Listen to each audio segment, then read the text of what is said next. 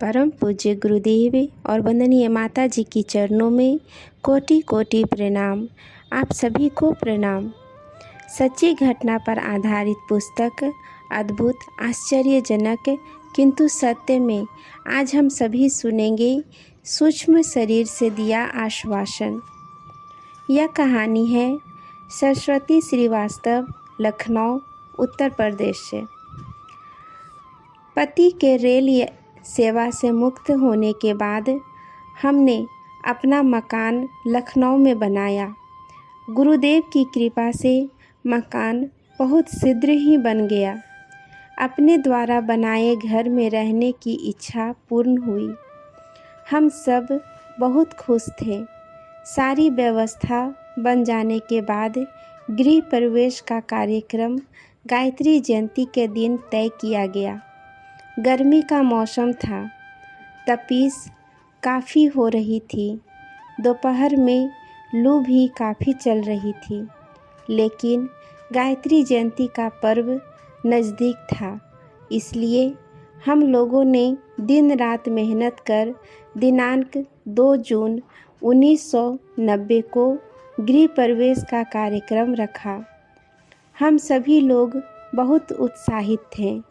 गायत्री जयंती पर्व और गृह प्रवेश दोनों एक साथ होने से खुशी दोगुनी हो गई थी। कार्यक्रम यज्ञ संस्कार द्वारा बहुत ही अच्छे ढंग से हो गया था। आने जाने वाले परिचित व आस पड़ोस के लोग जा चुके थे।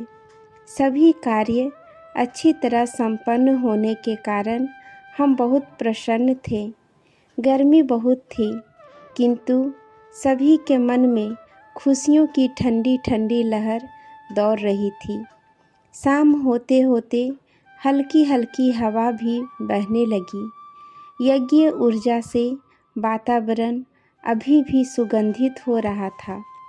शाम के समाचार का समय था। रेडियो खोला गया। सभी लोग समाचार सुनने लगे। मुख्य समाचार में ही गुरुदेव के ब्रह्मलीन होने का समाचार मिला। आनंद का वह अवसर पल भर में शोकपूर्ण हो गया। सभी के मन बहुत व्यथित और व्याकुल थे। मन में न जाने कितनी आशंकाएं उठ रही थी। आज गृह प्रवेश किया और हमारे गुरुदेव नहीं रहे। पता नहीं यह घर भविष्य में क्या क्या दिन दिखाएगा।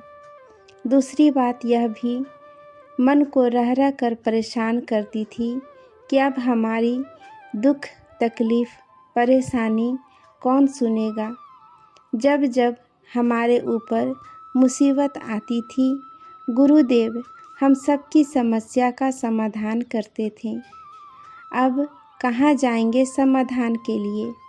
हजारों सवाल मन में उठ रहे थे।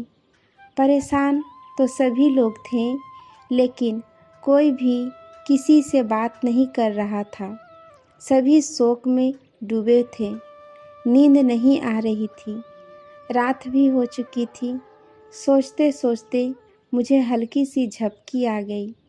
मैंने स्वप्न देखा कि घर में जिस जगह पर यज्ञ हुआ था, उसी जगह पर अग्नि प्रज्वलित हो रही है।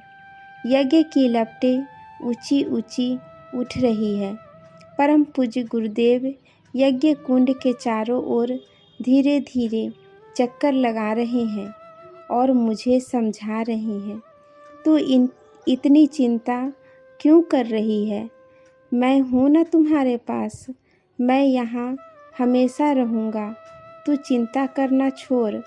अचानक मेरी आँख खुल गई। आँखों के आगे बार बार वही दृश्य आता रहा। मन में बहुत गलानी हुई कि मैं तो गुरुदेव को केवल शरीर तक ही जानती थी।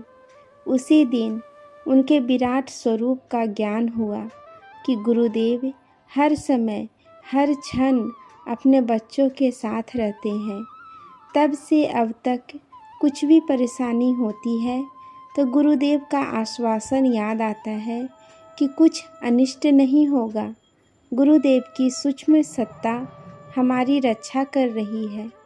आज के लिए यहीं तक। आप सभी को धन्यवाद। जय गुरुदेव।